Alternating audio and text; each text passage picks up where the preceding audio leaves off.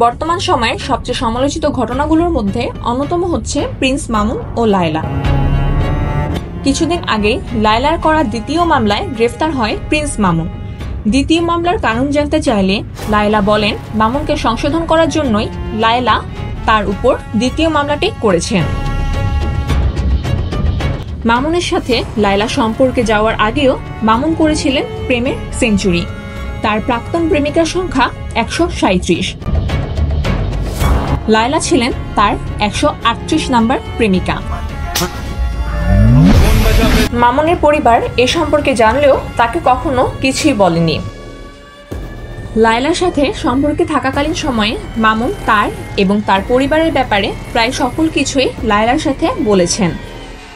মামুনের কাছে থেকে সবকিছু শুনে লায়লা বুঝতে পারেন পারিবারিক শাসন না থাকায় মামুন বেপরোয়া হয়ে উঠেছিল।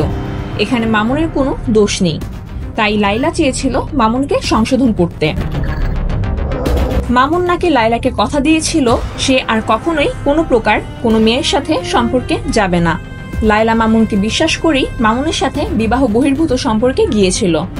তাদের সম্পর্কের ব্যাপারে সবাইকে জানাতে চাইলে মামুন নাকি লায়লাকে সাকিব খানের উদাহরণ দিত, তাই লায়লা তাদের সম্পর্কের ব্যাপারে পাবলিকলি জানায়নি। মূলত এতগুলো মেয়ের জীবন নষ্ট করার জন্য এবং সংশোধন হয়ে আসার জন্যই মামুনকে একটি শাস্তি হওয়ার প্রয়োজন বলে মনে করেন লায়লা।